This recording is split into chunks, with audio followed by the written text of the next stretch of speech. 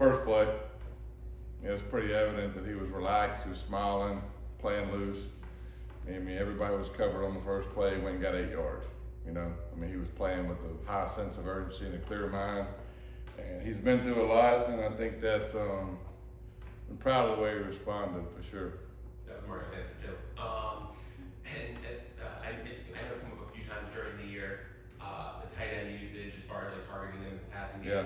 How much has Elijah being out for most of the year affected that? And then has it been where you want it to be? I mean, I don't know how much has affected it. I mean, obviously he's a good player. You know, I mean, there was certain situations in the game towards the end that, I mean, the tight end could have honestly been the hero of the game if there wasn't a little bit of miscommunication. But it's just, you know, we got some young kids out there too, and in those specific situations, things aren't always the smoothest right now. And so, but no, I mean, I want to get those guys the ball as much as possible. But that'll come, I promise you, it'll come. And speaking of the young tight ends, just how much, I asked Mario about Jaleel, how much has Jaleel, Riley, and Jackson come along? I know you've seen Riley a decent amount during the season, but how have they come along? I think Jaleel's had the last couple of weeks, man, his practice has been really good, been playing fast. And so those guys, everybody's got certain things they need to work on, right? Riley's the more ready guy to play right now. And so, but as time goes, you know, we're going to need those guys to play more and more. We've seen plenty of examples in college football over the years where an upperclassman loses his job, and not only does he not take it back when the freshman gets hurt, but he's not even on the roster anymore. To cycle back. What does this? I'm sorry for the softball, but what is it about Tyler that he was fine? He was. Yeah. I mean, he talked on Zoom for 20 minutes last week about how his mental state and him and all the things that he's working on, and he just seems to go about it differently than a lot of kids would. No, I mean, look, sometimes you go through things for a reason, you know. Adversity hits for a reason a lot of times, and you can take 2 roads. And he took the high road, man. He took the good teammate, let me focus on what I can do better, you know, let me clear my mind approach. And he was extremely open, got a lot of things out in the open, to be honest, and I think it allowed him to play free, you know, and not worrying about other things, just focusing on the play that's called, the game, the situation, the drive, and executing it to the best of his ability and moving on to the next play, you know. And so his energy out there was phenomenal. He was in tune to everything that was going on. It's the Tyler that, you know, that we know is out there, right? So that was awesome to see. You take us through the fourth down play, just what you were looking for. Yeah, I mean, they played 7 across, like a picket fence coverage, red 7. I thought they would play man, because that's kind of what they've done. And so we were throwing a slant route to Z, which it didn't matter. That doesn't matter. The coverage doesn't matter. Just the coverage was what it was. And it would have been, you know, the corner is inside leverage. It's on the 3-yard line. And you just got to fight through, cross his face. And, I mean, we throw that every week, right, at practice. And so last week, 2 weeks ago, we hit Florida State on the fade ball, you know, and this week I was going to hit on the slant. And we just aborted and went over the top. You know, it was just one of those things, man. In those situations, we just weren't on the same page, you know. And so, is there something I could have called differently? I mean, obviously there always is, you know. Anytime it doesn't work out, I mean, look, nobody pokes holes through things more than I do, you know. So there's obviously things that I could have called there in a better situation, but ultimately, in those situations, you got to execute the play that's called, you know, and that play could have been executed. And so we just got to get better in those situations. What did you see on the last play of the game? What was the thoughts going through your head? Tyler throws it up, X catches it. Well, I mean, you know, that is, you know, Hail Marys are what they are, right? Low percentage. You talk about, it's not a play you rep a lot because you don't want people jumping up and doing all the stuff that has to do to execute that play. You don't want people getting hurt and all the rest, but you talk about like setting a wall and having a rebound, you know? And it worked out really perfect. You know, I mean, the wall was right at the goal line. Kobe went up, a bunch of their guys went up, and it just bounced right back to Strep, you know. And so that doesn't happen a lot, obviously, but it worked out, you know, that time. And it just, you know, and honestly, you know, they're one of their better players, number 3. It was just headsy, you know, because I mean, a lot of players aren't, you know, headsy enough to be dialed in at that moment. And he saw the ball ricochet and Strep get it and tackle him. If he doesn't tackle him, I don't know if anybody else sees it, you know. It's just that kid's very, very good football player. And typically those guys like him are in tune to what's going on. And he was, and you got to give him credit there. He made a heck of a play. We were 3 yards short. And then speaking of Strep, he had, you know, his highest career yardage on Saturdays. How have you seen him grow over the past year since he got here and become kind of like a premier receiver? Yeah, I mean, it's been extremely steady. I mean, the growth probably exists in games where he doesn't have 100 and so yards, you know? I mean, receivers are going to have games where they catch X number of balls and they make a lot of plays, and guess what? There's times where a defense is going to focus on you and you're going to be limited, right? How can you affect the game in other ways? You know, blocking and doing some other things, right? What happens when you don't have the ball in your hand? To me, that's probably where he's grown the most. You know, understanding that every game isn't going to be a 10-catch, 100-yard game. It just isn't. You know, you watch football. There's good receivers out there that get double covered and have 2 catches. You know what I mean? So his growth, in my opinion, has came from those situations and understanding that just keep working and the ball will find you, you know?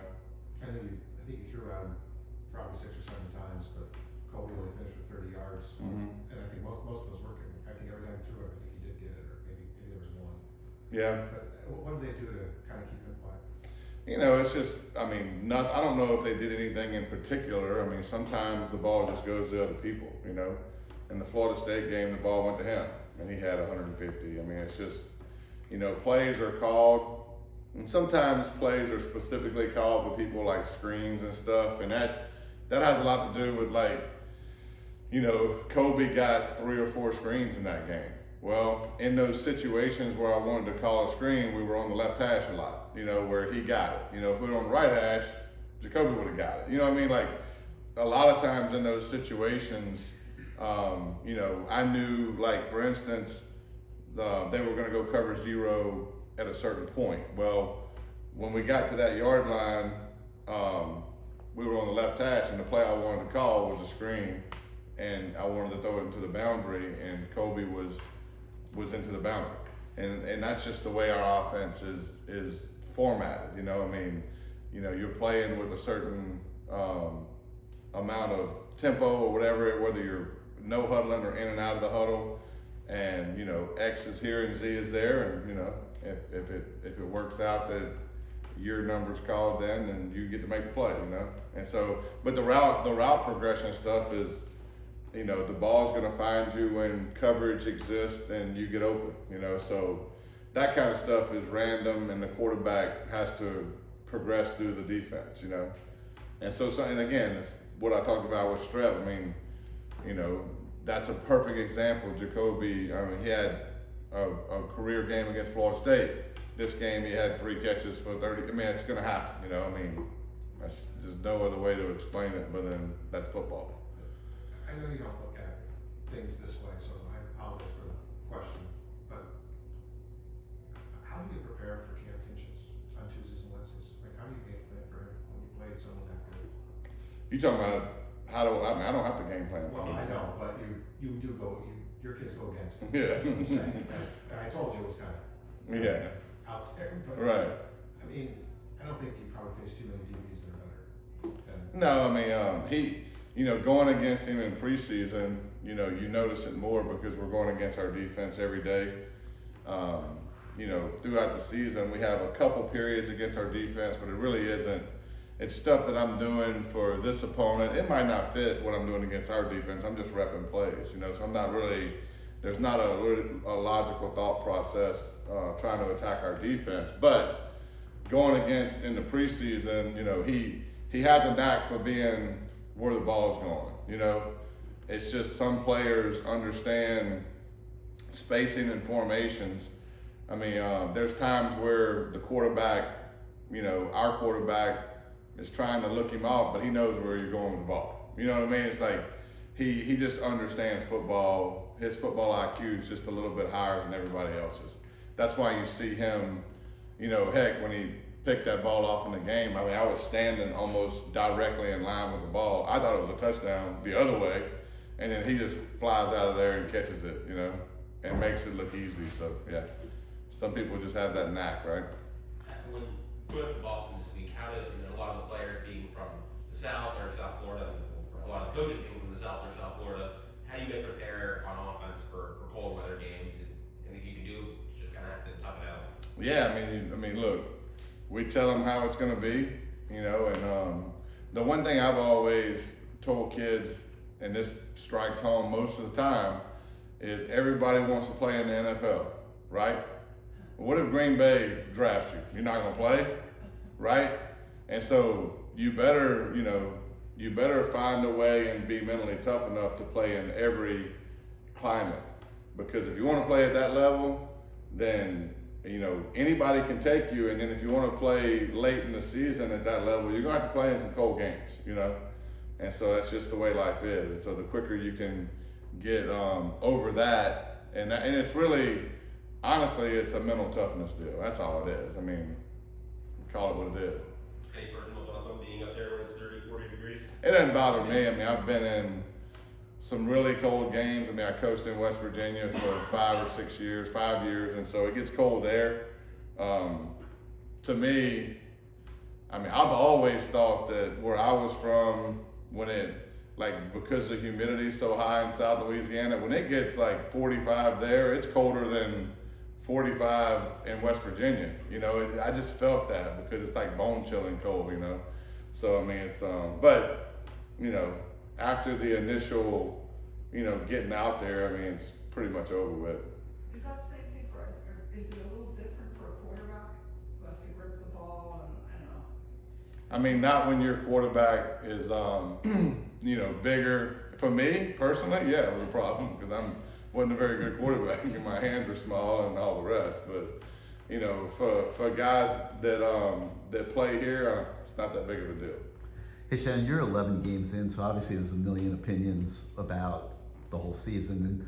And one of the things that a lot of people say is that is not the air raid. They're thinking Mike Leach, throw it every down, all over the field, that kind of thing. And you came here as an air raid disciple. How much air raid have you been able to run this year? And if you haven't, have you had to run a lot less than you would like?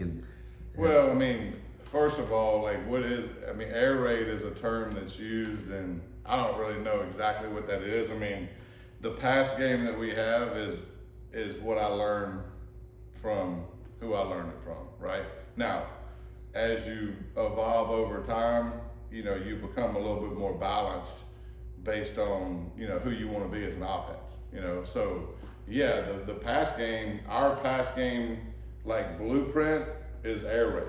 It's the same thing I learned 20 years ago, Now, do we throw it every time? No, there's nobody out there that throws it every time, It just, the guy that did that passed away last year. He was really the last guy that, was throwing it as much as he wanted to, He also worked for himself, right?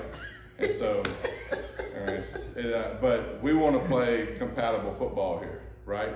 And so I'm trying to do everything I can do to move the ball as much as I can and also have a lot of other things in my mind. I'm trying to, I don't want to put our team in a bad position. And I don't want to, if I'm struggling and we're not getting first downs like I want to get first downs, I'm going to go a little slower because I don't want to go 3 and out fast, because I know our defense might have just went out there for 8 or 10 plays. And so, the logic behind speed of play, to me, has a lot to do with understanding how the flow of the game is.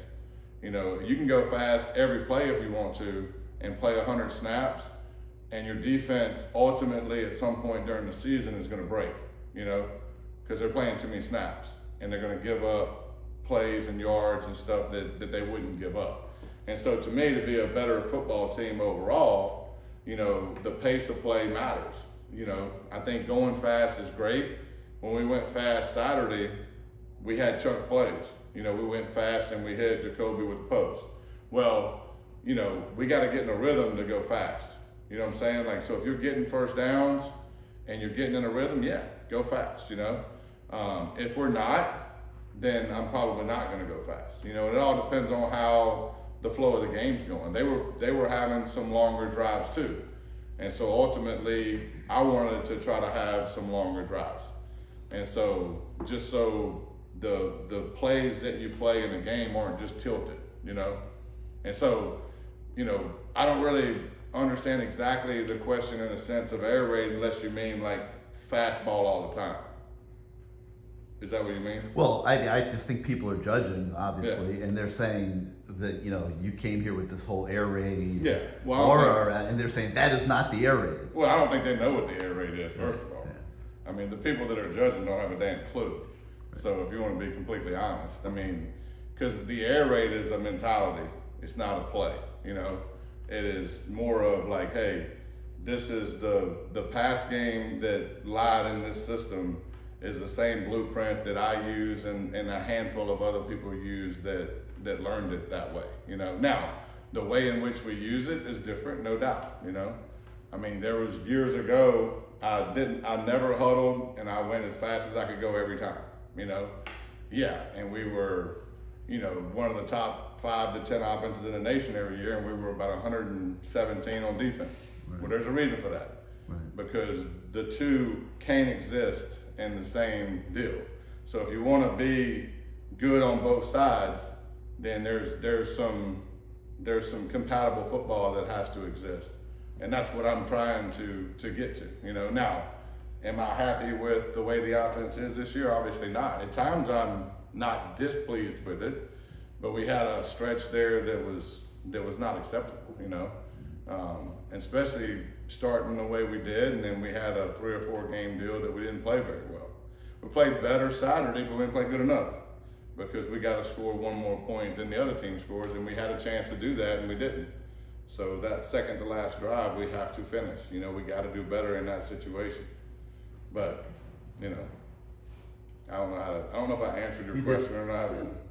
We'll do one more for Coach Dawson. So to be clear, when you work for yourself, you're chucking it all the time. No, I didn't mean that. What I meant was like, you know, his mentality, you know, is what it is, you know, or was what it was. You know, obviously, you know, he was a interesting and important character in football for a long time. And a guy that obviously I looked up to, and a lot of people that knew him looked up to. It's hard to believe that, you know, that he's not here anymore.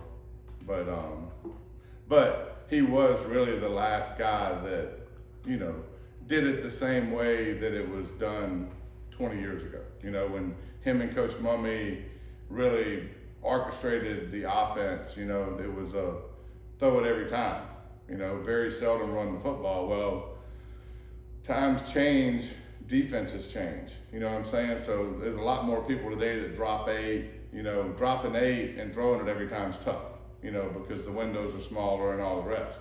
I mean, you can see that, like at the end of the game at NC State, you know, they're dropping 8 every play. Well, guess what? If you don't have the ability to run it a little bit and get them to play honest football, then drop 8's tough. That's why people do it at the end of games. What should his legacy be? Is it the pirate obsession, Key West, how he could opine on literally any topic? Yeah, I mean, in my opinion, I think it is that he's not a robot. You know, so many people in our profession are like, think they have to be a certain way and talk a certain way and all the cliches or whatever. I mean, he was just not that, you know, and I that's probably what I appreciated the most, watching his interviews and just knowing him. It was just like, he didn't really care what you thought, you know, and he wasn't trying to be Mr. Coach, you know, and he wasn't going to do things just because so and so did it that way, you know. If it didn't make sense to him, then he wasn't going to do it. The structure of everything was like that, you know, and so I think that, you know, that was probably the biggest thing. Awesome. Thanks, Coach Dawson. Yep.